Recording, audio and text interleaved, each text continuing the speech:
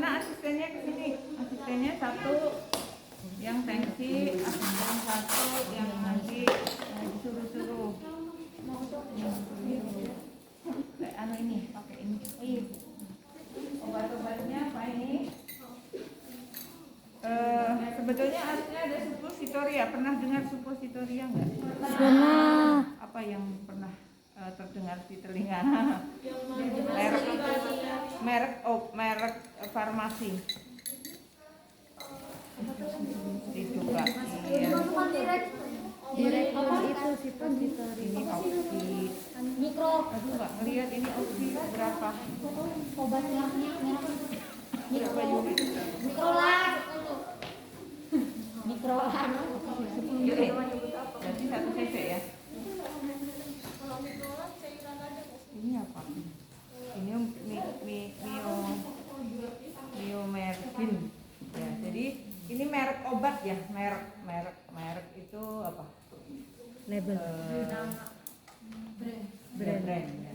Jadi bisa metergin, bisa miomerkin, ini miomerkin, bisa yang lain. Nanti kalau di browsing, jadi cara belajarnya pertama harus belajar farmakodinamik dan farmakokinetik. Jadi obat-obatan yang kita pakai itu harus dipelajari. Jadi bagaimana kerja oksitosin, bagaimana kerja metergin. Ya. Jadi kalau metergin sifatnya kontraktil ya, jadi dia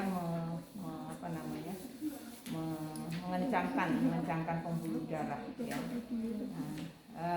Tapi dia mengikat, tapi kalau oksi mengencangkan tapi tidak mengikat. Makanya yang ada indikasi hipertensi tidak boleh diberikan metergin atau miomergin. Ya, yang sifatnya kontraktil, yang sifatnya menetap. Mesoprostol di checklist berapa mikrogram? 600 sampai 800 ya kalau untuk perdarahan. Ada nggak? Tapi nggak ada suara kayak. Halo, bisa didengar nggak Mbak? Apa-apa kok. Bisa didengar?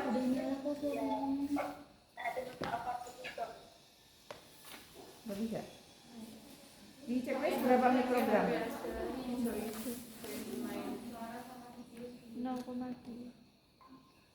Di checklist saya dulu yang pernah saya Nggak kasih terdengar checklist belum saya. teman-teman? Enggak, mesoprostol. Ada ibu. Udah terdengar belum teman-teman? Berapa? Budek nih. Udah terdengar belum teman-teman? No. Laptopnya ini budek berapa?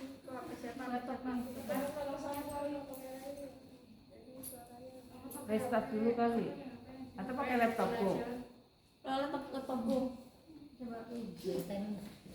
Pakai laptop di apa namanya? Ini sampai jam berapa free-nya? Jam 1 ya? Nanti ada kuliah lagi jam berapa? Jam 1. Jam 1. Jadi cukup. Oh, nggak sampai jam 12. 10 menit mau? Nggak mau. Oh, Belum jelas Bu. ya kalau mau 10 menit ya udah. Bisa kok, gampang. Mbak, yang dulu saya pernah share checklist saya, Mbak. Checklist yang ini mesoprostolnya kayaknya 600 sampai 800 mikrogram deh gitu ya. Mau di-share lagi ya? Iya. Hah?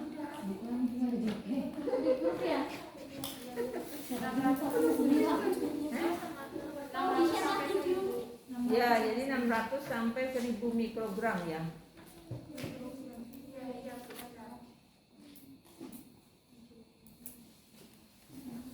Ini per tablet 200 mikrogram.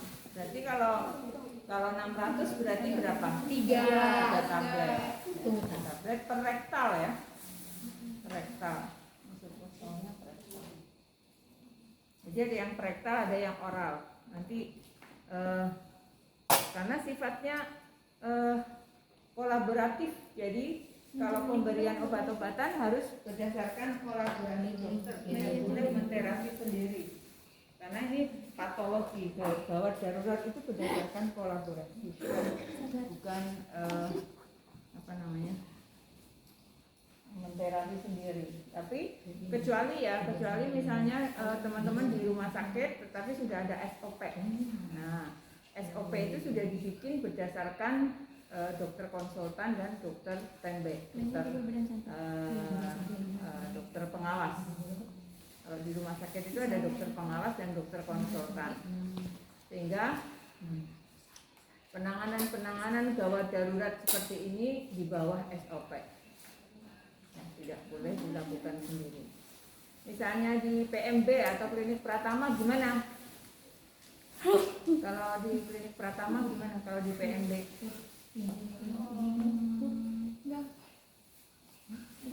Belum boleh ya ibu ya. Tidak bisa. PMB boleh nggak kalau ada gawat darurat perdarahan? Boleh yang KBI dan kondom kateter, tapi pemberian obat-obatan tetap kembali ke kolaborasi. Ini diatur di mana? Permenkes. Hah? Nggak jelas ya? Nggak jelas ya? Siapa yang nggak jelas? Kompetensinya diatur di mana? Hah? Ini jadi tiga ya? Kemarin belajarnya kompetensinya waktu apa? Kode etik ya?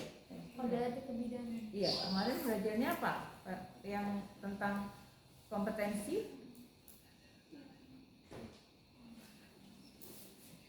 Kompetensi 320 sudah pernah dengar? Yang tahun 2020? Download. Permenkes apa Permenpan ya itu ya? Permenkes ya? Atau peraturan kompetensi ya? Kompetensi bidang 320 ya? 320 tahun 2020. Coba. Kenapa kalau sebelum mengajar harus di-share dulu kompetensi? Kenapa? Biar tahu ketentuan dan syarat. Iya, karena kalau kamu misalnya keluar dari sini begitu menguasai kompetensi ini untuk apa? Untuk apa dan kapan digunakan? Ya nggak? Makanya kita belajar kompetensinya dulu, kewenangannya dulu, undang-undangnya dulu. Mana Saya yang sih.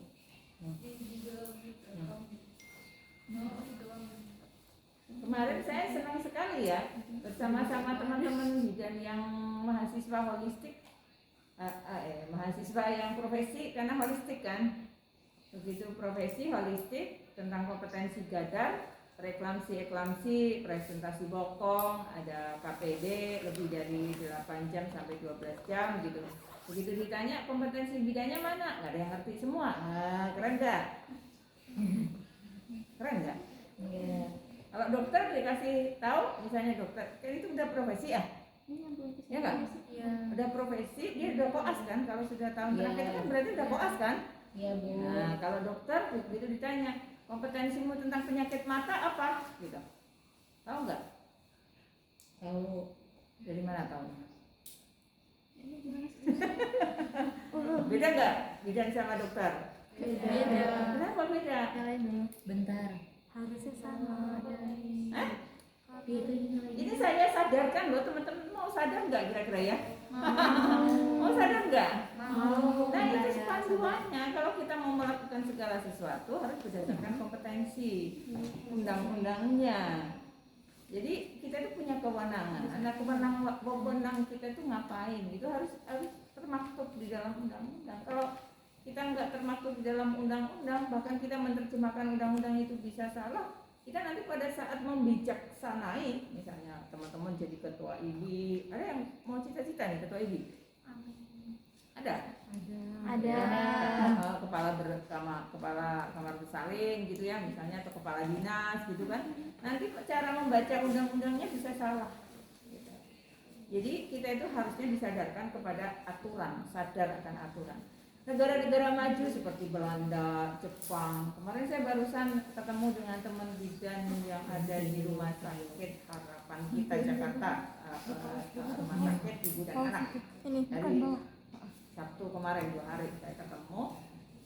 Beliau kepala pasti menggunakan APD, cuci tangan, kemudian siapkan lingkungan, jadi privasi gitu ya. Kemudian pendamping, jadi pendamping. Kita harus punya tim, kalau Gadar harus punya tim. Nah, pendamping ibu itu boleh orang-orang yang terpercaya.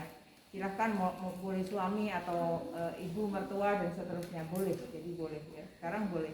Asal informed consent dan sudah dijelaskan bahwa ibu tahan atau tidak pada saat menghadapi perdarahan. Kalau tidak tahan ya sebaiknya di luar, tapi kalau tahan boleh membantu kami di situ.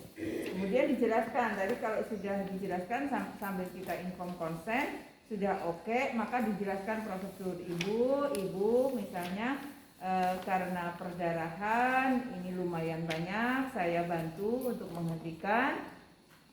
Ada kemarin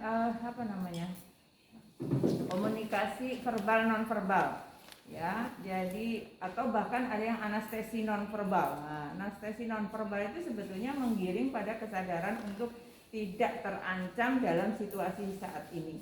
Jadi ini kan terancam bahasanya karena perdarahan banyak, kemungkinan bla bla bla gitu ya. Nah, situasi ini yang tidak dijelaskan dalam bentuk ancaman. Jadi orang itu jangan digiring ke ancaman. Kamu nggak masuk kerja, kamu nggak masuk kuliah. Kalau nggak masuk kamu denda 100.000. Nah, jadi langsung ancaman ya. Nah, kita nggak boleh itu menggiring orang bawah sadar untuk terancam. Sebaiknya kita melakukan mendirect tubuh.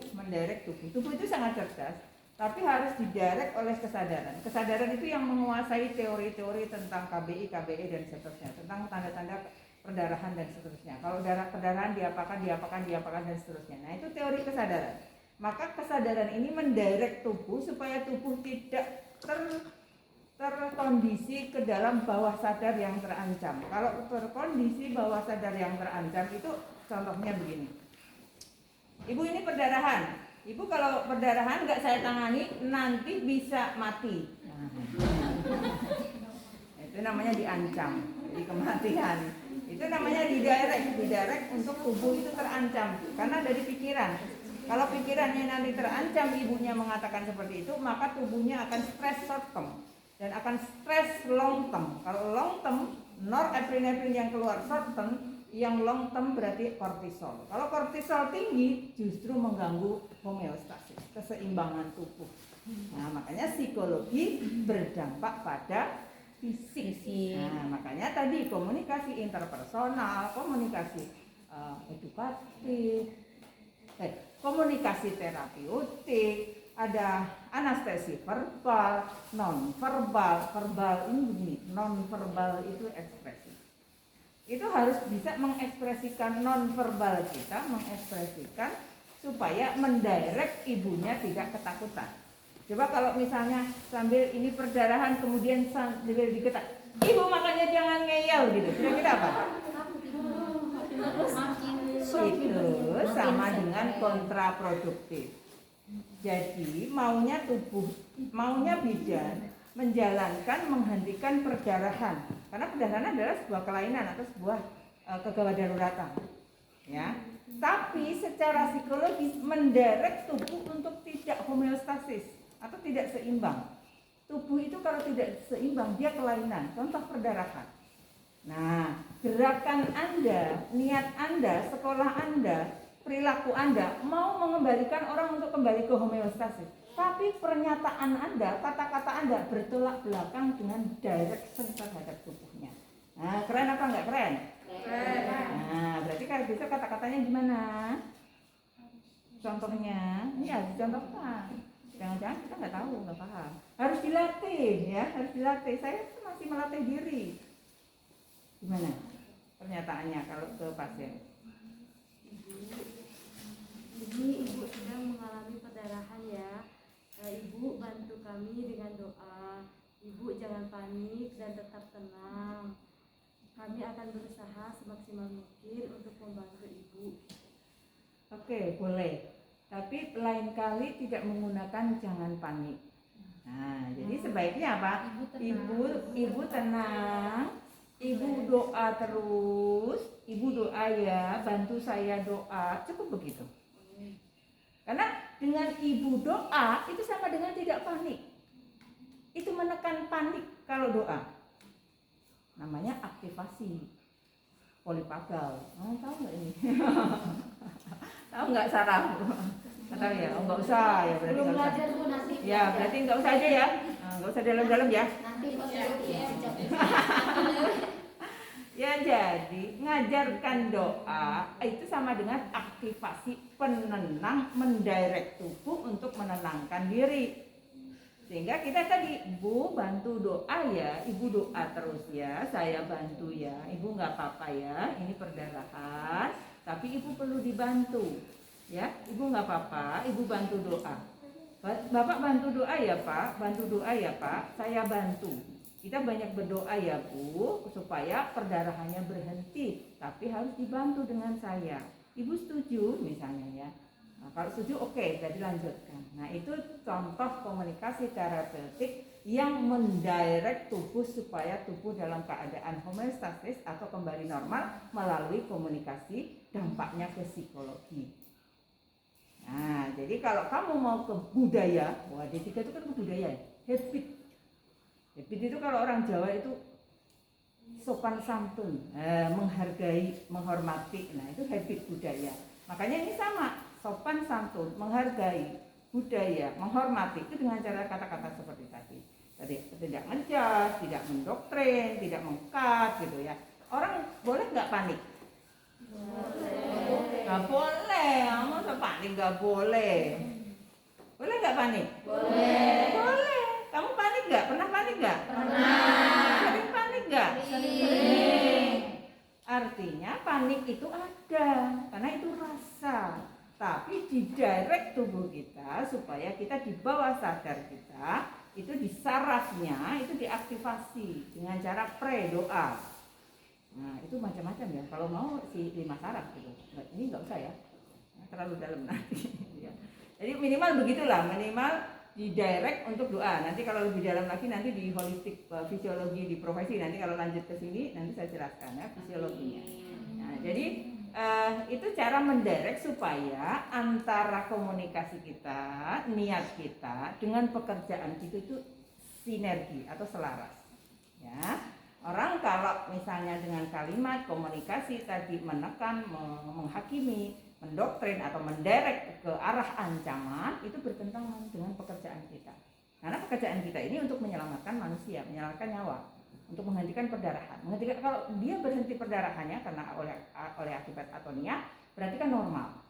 Nah, tubuh itu normal, seimbang, homeostasis itu dari fisiknya, dari psikologinya, dari sosialnya, dan dari spiritualnya. Nah, monggo nanti belajar banyak bagaimana cara menggali sisi fisik. Kalau menggali sisi fisik tadi ya, berarti nanti belajar lagi bagaimana mendiagnosis perdarahan. Banyak, ini ada 10 diagnosis mulai dari atonia, retensi plasenta, retensi sisa plasenta, perlukaan jalan lahir, akibat perdarahan akibat trombin, kemudian mungkin inversi uteri, atonia selain inversi uteri, solusio ya inversi uteri, solusio plasenta enggak ya? Iya. Ya bisa. Ya, itu kan intrapartum. Kalau ini kan postpartum. Yang perdarahan postpartum. Jadi yang perdarahan itu banyak versi. Nanti tolong diidentifikasi dan di tanda-tandanya diorientasi. Jadi apa tanda-tanda atonia? Pasti. Kalau tanda-tanda atonia pasti berarti apa? Perlukaan tidak ada perdarahan dari perlukaan jalan lahir, tidak ada faktor trombin, tidak ada faktor tisu ya dari plasenta, jelas di tonus. Jadi tonusnya jelek, yang lainnya normal, berarti sudah dipastikan bahwa ini adalah atonia uteri. Nah, kalau ini atonia uteri berarti terdiagnosisnya bisa di 15 detik pertama. Jadi 15 detik pada saat selesai kelahiran plasenta, kemudian plasentanya lengkap, perlukaan jalan lahir tidak ada, perdarahan berarti tidak ada sumbernya, tidak dari perlukaan, tidak dari tisu, tidak dari trombin, berarti dari tonus. Berarti kalau dari tonus, salah satunya adalah diagnosisnya atonia uteri. Maka tandanya uterus lembek. Ya, uterus lembek di 15 detik pertama. Jadi 15 menit apa 15 detik? 15 detik. Makanya begitu persalinan selesai, kemudian plasenta lahir lengkap, maka kontraksi yang pertama yang dilakukan treatment. Jadi mendiagnosis dari tonus. Karena penyebab perdarahan itu ada 4T. Tonus, trauma, tisu, trombin. Jadi sudah urut 70, 19, 10, 70, 19, 10, 1. Nah, yang mana? Urutkan. Apa lagi? Tonus 70, Tonus 70, trauma 19, tisu 10, tisu 10, trombin 1. trombin 1. Jadi cara bekerjanya berdasarkan, kalau mau lebih dalam lagi, cari evidence. Jadi kalau ada segala sesuatu berkaitan dengan kompetensi itu cari evidence. Kira-kira evidence perdarahan atonia disebabkan oleh karena paling besar yang mana. Nah itu cara urutan mengerjakan pekerjaan kita, cara pemeriksaannya. Kalau sudah dinyatakan tadi, sudah diedukasi, kita sudah persiapan lingkungan dan lain sebagainya, cuci tangan, pakai APD level 3, ibunya sudah setuju dilakukan KBI, bapaknya membantu, observer, jadi observer tim harus tensi, pasang infus. Ya, jadi kita merintah sebelum ini sudah sambil terdiagnosis harus pasang infus, kemudian tensi nadi, ya, tensi nadi, infusnya menggunakan infus apa? Isotonis. Ya, pertama isotonis dulu, baru nanti yang lainnya. Yang kemarin saya kopikan daftar perdarahan dan penggantian cairan, harusnya masih ada ya. Nah, infus selain isotonis nanti mereknya juga harus belajar. Mereknya berarti belajar tentang farmakodinamik dan farmakokinetik tentang penggantian cairan infus. Kemudian transfusi set, harus menggunakan transfusi atau set yang paling besar. Kemudian pemasangan aboket harus menggunakan aboket yang paling besar. Di sini hanya contohnya satu, berarti tidak bisa saya contohkan. Aboketnya mulai dari yang kecil sampai yang besar. Teknik pemasangan infus harus cepat dan tepat. Nah, berarti plus kalau mau menolong keterampilan kegawat daruratan, selain paham kompetensi, paham tentang urutan penyebab evidence, paham tentang obat-obatan, paham dengan pemasangan infus dan terampil. Terakhir, paham tentang penggantian cairan. Berat badan terakhir berapa, penggantian cairannya berapa kali lipat dari total jumlah darah persentase yang keluar. Sudah saya kasih loh kemarin. Sudah saya kasih. Gambar yang nadi, tensi, akral, presentasi perdarahan, gantinya dengan cairan apa? Yang pada waktu kemarin. Yang warna merah yang Iya. Nah, itu mutlak. Itu harus dikuasai. Kalau tidak hafal berarti ditempel di dinding. Ya, itu karena untuk mengukur, melihat prosentase darah yang keluar dan untuk mengembalikan prosentase darah yang harus diganti sesuai dengan cairan yang keluar. Oke, kalau sudah selesai kita melakukan prosedur penanganan, kita menggunakan yang pendek dulu ya, menggunakan apa namanya, sarung tangan yang pendek dulu. Pastikan karena sudah pada saat persalinan sudah dipastikan diagnosis atonia uteri, kita tetap terus ya melakukan masase ya, karena sudah lembek berarti kita harus cek kandung kencing. Kalau misalnya penuh berarti kita harus keluarkan ya. Harusnya di sini ada jeli ya Mbak ya, tinggal dicelup aja, tinggal dicelup jelinya gitu. Kemudian kita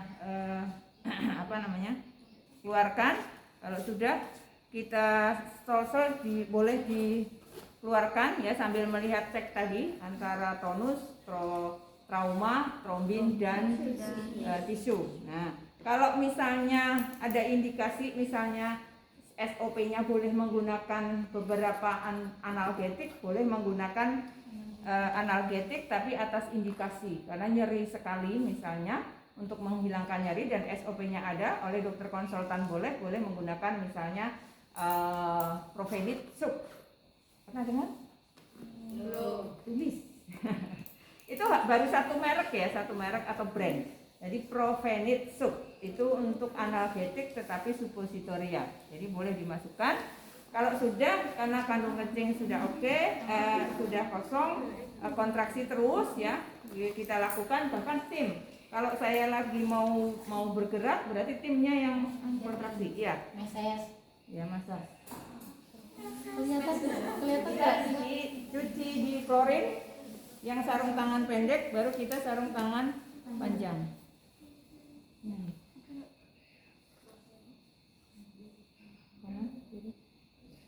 Yang ini sudah cuci ya, tadi yang sudah ini sudah cuci. Ini juga harus cepat, kalau belum bisa cepat latihan. Kalau belum bisa cepat latihan. Pada saat kita KBI tidak boleh pegang apapun tangan, karena ini sudah steril. Berarti langsung ke introitus, ya kita sambil kontraksi, ya. Nah, langsung lakukan tekanan di fornix anterior. Fornix anterior. Jadi kita begini, ini sambil kontraksi menahan fundus, ini ditekan. Saat evaluasi berapa menit di situ? 3 menit. Boleh. 3 menit, 3 menit. Boleh 3 menit, 5 menit boleh, tapi boleh 2 menit. 2 menit sudah bisa dirasakan ini ada kontraksi atau tidak.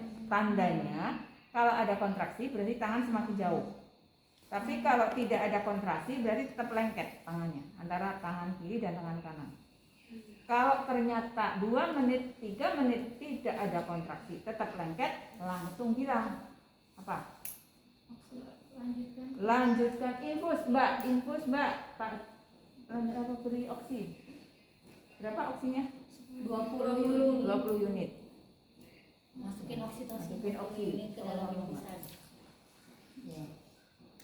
Ya, jadi kita tetap begini sambil operatornya memerintahkan untuk pasang oksi.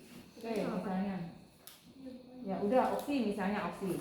Kita lanjutkan lagi, sudah di oksi 20 unit, kita lanjutkan KBI sampai berapa menit di situ? Boleh sampai ke 5 menit. Boleh. Nah, kalau ternyata 5 menit sudah ada oksi, sudah kompresi, sudah KBI, tidak jalan lagi atau tidak ada kontraksi lagi, boleh berikan apa? Metergin atas indikasi. Kalau dia punya riwayat preeklamsi, punya riwayat hipertensi, tidak boleh diberikan metergin. Tapi kalau enggak, boleh diberikan 1 ampul sama dengan berapa itu?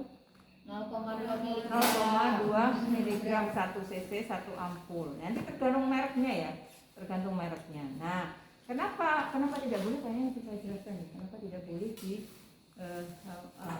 riwayat hipertensi dan preeklamsi. Nanti kalau enggak nanya aja lah, fisiologinya karena ada kontraksi di pembuluh darah. Jadi kalau orang sudah hipertensi dan apalagi ada plak ya, ada plak di pembuluh darah yang bisa menyebabkan hipertensi, itu terjadi kontraksi. Jadi ada penebalan di pembuluh darah. Sehingga kalau pada saat kita berikan metergin itu semakin berkontraksi. Artinya apa? Justru darah tidak bisa mengalir di aliran atau ditampung dari pembuluh darah kita.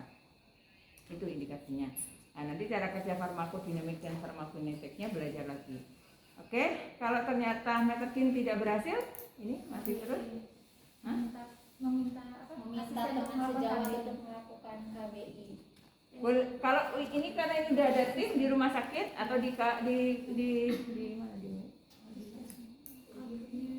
rumah sakit atau di PMB, PMB aja ya, PMB. Kalau ini tidak berhasil, boleh nggak KBE? boleh. Enggak. Hah?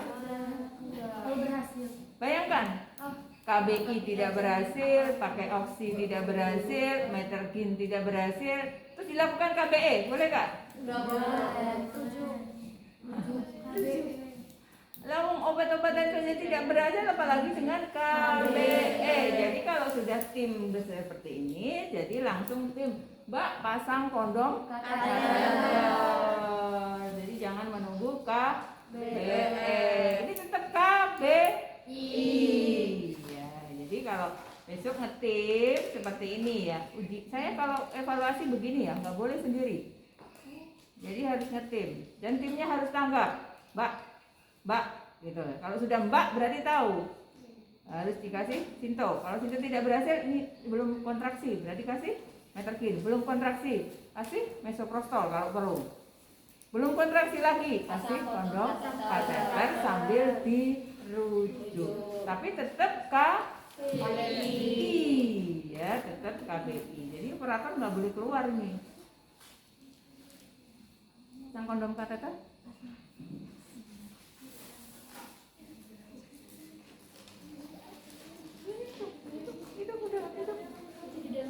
Itu loh kondom kateter. Nah, ayo pakai sarung tangan.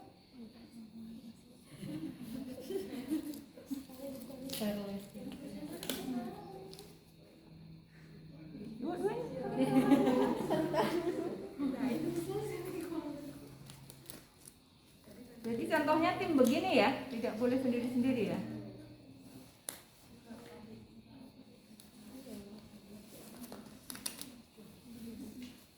Pasang kondomnya. Nah, cara buka kondom gimana? Masukkan di kateternya. Kemarin udah ya? Iya, harusnya ujung dipotong. Ujung dipotong karena ini kateter, bukan kondom kateter. Apa namanya, bukan? Namanya aku lupa. Jadi pabriknya kita itu menggunakan polikateter, jadi bukan menggunakan aslinya kondom kateter apa sih? Saya lupa. Nah, ini di ujung dipotong karena apa? Kalau ujungnya nggak dipotong, nanti keluar cairannya sedikit. Nah, jadi ini dipotong, baru dipasang. Nah, cara pasang kondom yang betul gimana? Nah, harusnya kalau pasang kondom kateter,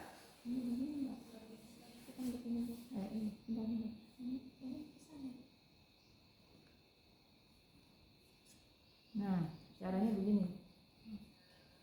Terbalik ya, jadinya ya. Nah, ininya harus bisa ditarik. Kondomnya harus bisa ditarik. Sama seperti pasang kondom waktu kontrasepsi kondom. Ya, ininya ditarik. Jadi jangan terbalik ke sana. Kasih ujungnya nggak boleh pas. Kasih ujungnya, baru dipasang tali. Ditarik.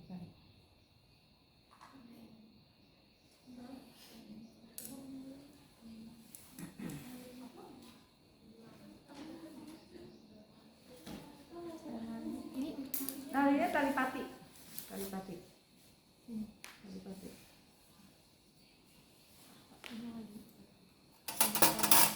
Nah, kalau perlu ada yang megangkan ini, kamu sendiri aja harusnya.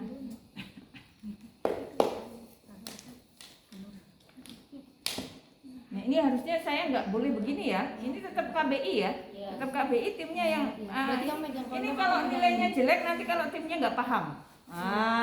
Kalau timnya nggak paham harus menunggu nilainya jelek. Iya. Sebelah sono dong, nggak boleh sebelah sini. Ya.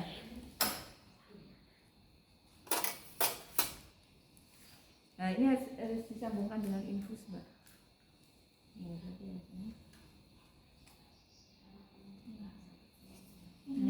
Ya, boleh pakai itu dulu lah. Ya, caranya seperti ini ya, ini dimasukkan. Nah, ini caranya itu. Dikasih keluar itu ya. Ya sama ya, dimasukkan ke sana. Nah, sampai ke sini seluruh kondomnya. Kita keluar, menahan. Sudah menahan, kita boleh keluarkan, lalu kita kasih ke jegul. Tahan dengan jegul. Nah, saya baru ingat namanya bakteri balon. Jadi kalau asli bakteri balon ininya, ini ada semacam gelembung yang bisa dikasih tanda kunci cairan, sehingga tidak perlu menggunakan jegul. Karena kita menggunakan manual ala Indonesia, makanya kita menggunakan kateter. Menggunakan kateter, bukan bakteri balon. Kalau bakteri balon asli itu ininya nggak perlu dipotong, karena dia sudah lubang besar. Kemudian ini juga ada kunci, tempat kunci, sehingga dikasih kunci dulu. Kalau sudah selesai dipasang, maka ini dikunci, sehingga tidak akan keluar. Nah setelah ini, karena kita manual ya, namanya manual ala Indonesia ya. Ala Indonesia ini dikasih jegul. Nah kalau ini dikasih jegul maka tertahan. Kalau sudah tertahan, ini ada 2 versi ya. Maksudnya ke sini. Ibu itu berarti besok ada 2 Ada 2 infus, ya harus ada 2 infus. ini dicopot ini. Itunya dicopot. Jarumnya jangan. Jarumnya dicopot. Jarumnya dicopot. Nah, cara pegang dan cara lepas jarum harus belajar. Gimana caranya? Ya. Ketutupan ya. Nggak boleh ya dengan cara nggak boleh. Iya. Enggak, ini berarti gini. Nah. Bahkan ada juga yang diberikan langsung 10 cc dulu, 10 cc, 20 cc dulu untuk menahan, karena saking derasnya perdarahan. Nah, boleh menggunakan itu. Kalau sudah tertahan, sudah penuh, baru ini diberikan infus. Itu di los ya, caranya di los. Ya, jadi infusnya di los. Semakin losnya kencang, berarti ini semakin terisi. Tapi kalau ini sudah berhenti, tetesannya berhenti, berarti sudah penuh. Nah, baru lakukan rujukan dengan bakso udah. Obat apa? Bakso itu apa? Bidan, alat, tanya apa? Obat, darah, apa lagi? Hah? Browsing, bakso kuda adalah.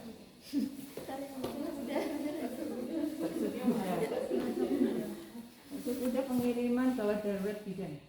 Bakso apa nih? Bakso kuda.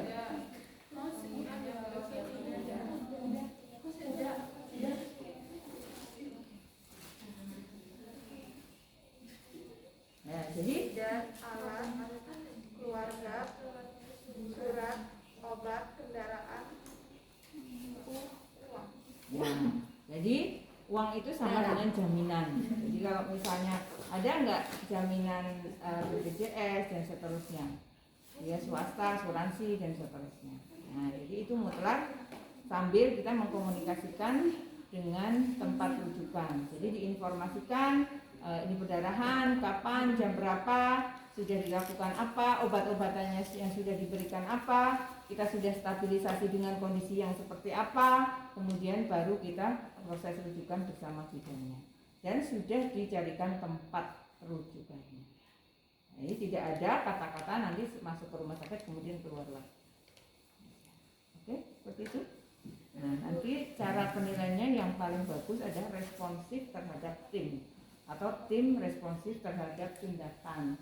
Jadi apa yang harus dilakukan, timnya ngapain, responsifnya apa, selanjutnya ngapa, satu tim. Jadi penilaiannya saya tidak menggunakan individu tapi menggunakan tim. Iya, bertiga minimal. Oke, itu. Ya. Jadi ya. Tangannya tadi tangan kita keluar itu saat mau melaksanakan kateter itu berarti ya? Iya, jadi pada saat kita selesai, makanya kan timnya, karena timnya nggak cepat tanggap ya, kurang cepat tanggap. Jadi pada saat kita begini ya, kompresi di manual, ini masih terus melakukan masase. Pada saat kita terus melakukan masase, keluar, makanya langsung dimasukkan. Dan kalau perlu, ini timnya lagi, dia sudah ngasih cairan. Jadi sama cepatnya harusnya begitu. Nah, ini untuk pembuka. Kan nggak mungkin, saya kan nggak bisa pakai begini. Nah ini kan buka. Ya timnya berarti harus buka pakai spekulum. Tim yang satu kalau bisa memasukkan, misalnya atau saya dengan memasukkan, kalau perlu saya masukkan sambil timnya begitu saya masukkan dia langsung ngasih cairan. Iya, ini lebih cepat. Kalau perlu berbarengan. Begitu sudah masuk, sudah Mbak masuk, pasang ini langsung dimasukkan cairannya supaya bisa tadi bisa langsung menahan perdarahan. Apanya? Untuk aslinya.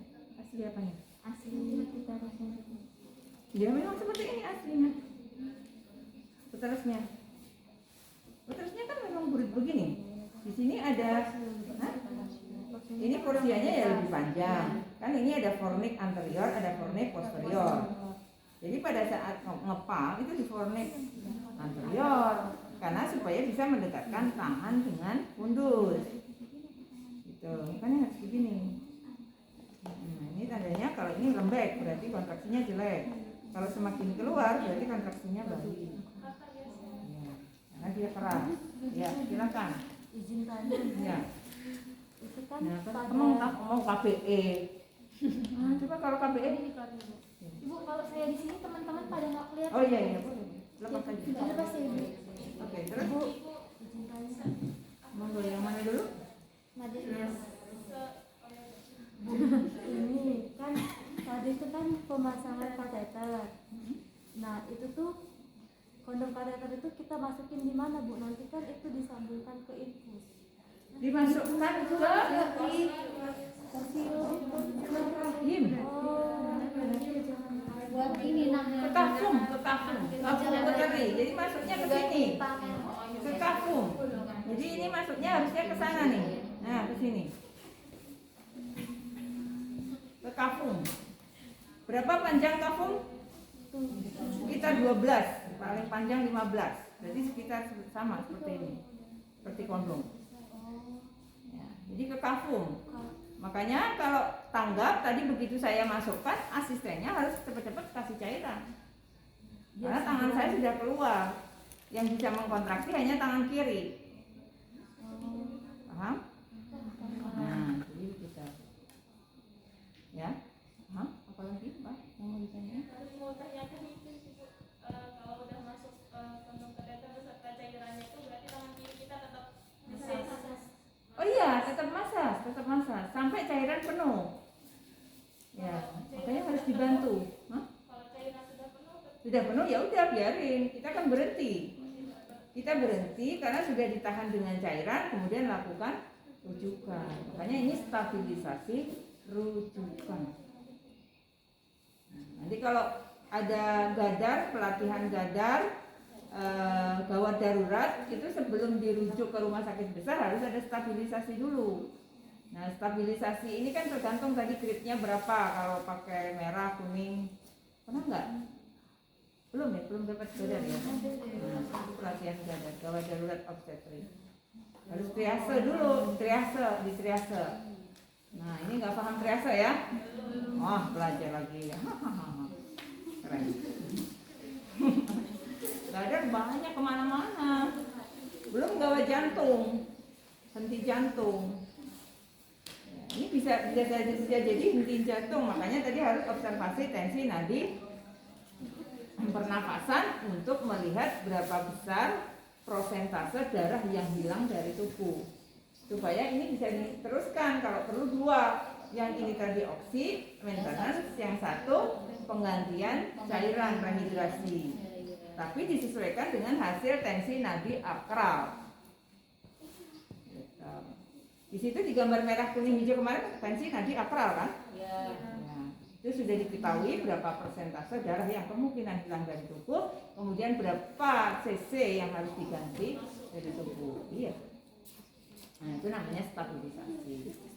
Belum nanti tindakan triase sesuai dengan kegawatan. Kalau perdarahan berarti triasenya merah.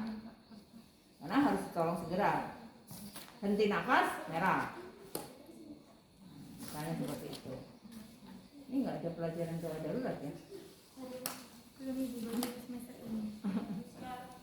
Ya, ini semester berapa sih? Semester 4. Oh, 4. Kan 5-6 sudah nggak ada kuliah. Ada ibu semester 5. Kuliah apa? Gak ada. Nggak ada. Gak ada. Oh iya. Oke. Sudah? Cukup? Ya, nanti sistem ujiannya tim dan harus responsif terhadap kejadian atau tindakan. Semakin responsif, semakin cepat, semakin tepat berarti nilainya semakin baik. Semakin lambat, semakin loleh, nggak tepat ya semakin jelek. Loleh? Ibu, Ya. izin memastikan kembali untuk infusannya kan 2, yang satu buat ke tangan, Ya. yang satunya lagi berarti buat masukin kateter. Bisa 3. Oh, yang satunya berarti untuk pengganti rehidrasi. nanti yang tangan ini. Ya, ini kan untuk obat-obatan tadi Ya, untuk yang oksi. ini, oh. Ini maintenance. Oh, Yang kedua pakai rehidrasi, penggantian cairan. Yang ketiga pakai kondom kateter. itu untuk penggantian yang di kan itu tadinya oksitosin toh Bu, Ya. jadi campur oksitosin. Nah, untuk penggantiannya itu berarti setelah nanti cairan itu habis langsung langsung ganti. Enggak, ini maintenance. Jadi kalau oksitasinya sudah digerojok, udah habis, berarti ganti cairan untuk maintenance saja. Jadi untuk siap-siap saja. Jadi kalau siap-siap ya berarti berapa? 10 atau 20 tetes per menit. Oh, Tapi berarti untuk yang penggantian rehidrasi harus disesuaikan dengan prosentase kehilangan darah. Jadi prosentasenya tergantung dari nadi, tensi, dan akram. Pernapasan. Hah?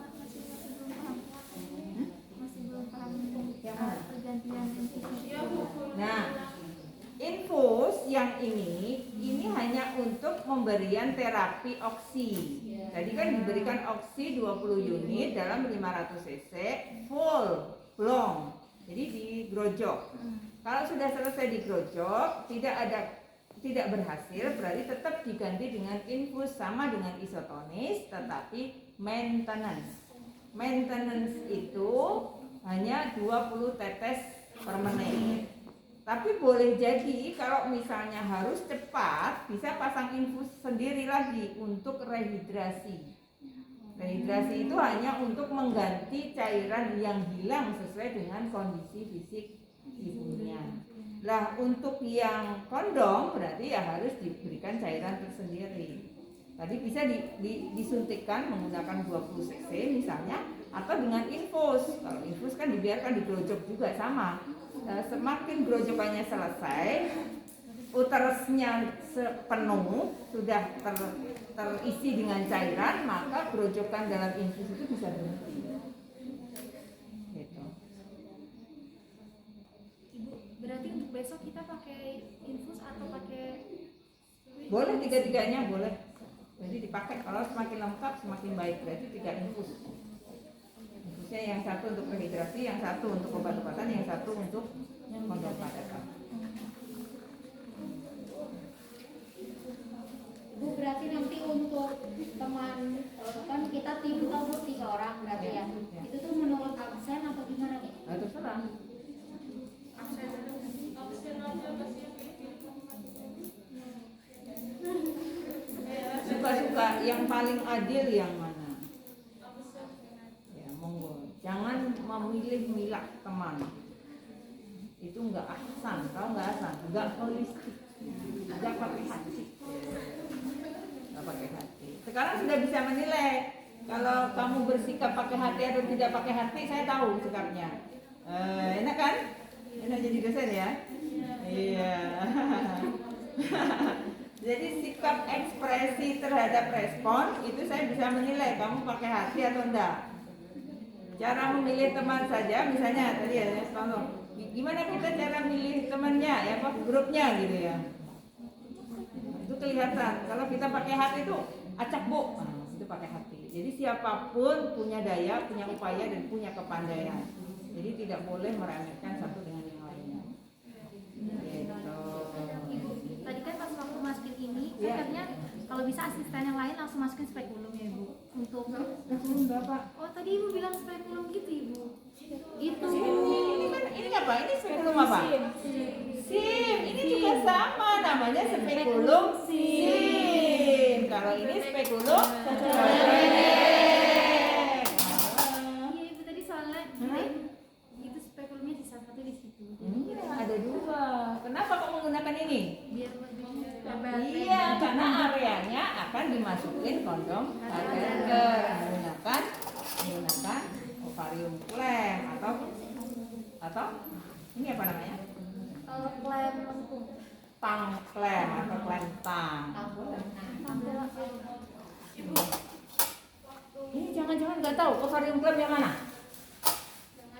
Ini ovarium clamp. Waduh, instrumental juga gue. Ini ovarium clamp, ini tampon tang, ini pinset, ini spekulum. Oke, jadi ya, hati-hati ya. Ya, oke. Ya. Nanti evaluasi itu kan hasil bertiga.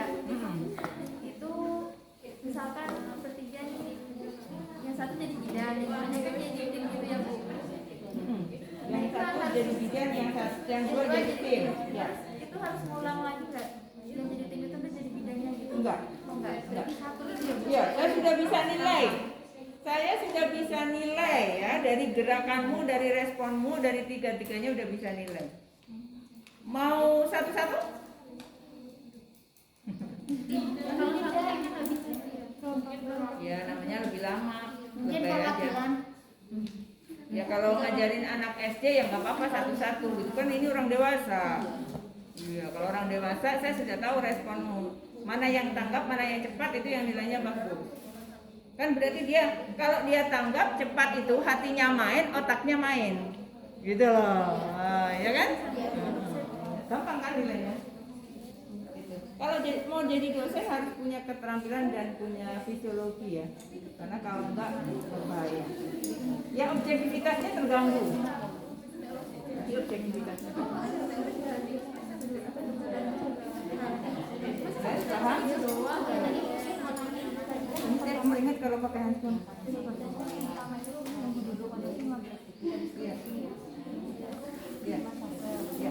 15 detik, 2 menit boleh, 3 menit boleh.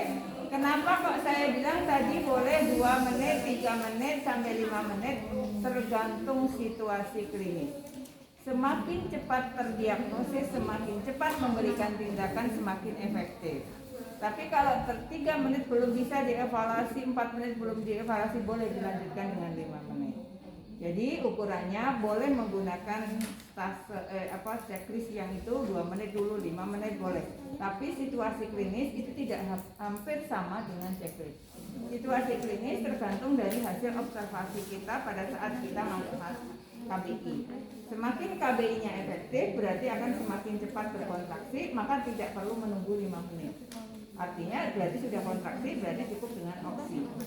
Atau tadi kalau tidak efektif berarti kontraksinya tidak ada, sudah dikasih sudah dikasih oksitosin, tetap harus menggunakan metergin misalnya atau metergin atau yang lain gitu ya, obat-obat yang myomergin juga boleh.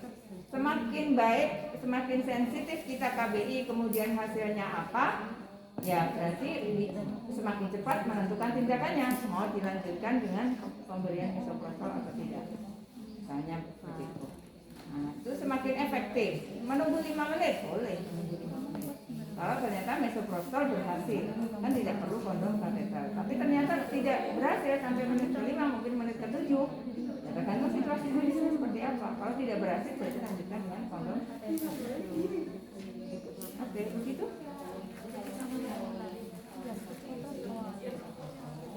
Ya. Monggo, ini satu set dikembalikan besok untuk praktek lagi ya. Nanti boleh satu-satu ganti pasang kondom baru. Jadi tidak boleh langsung pasang seperti ini.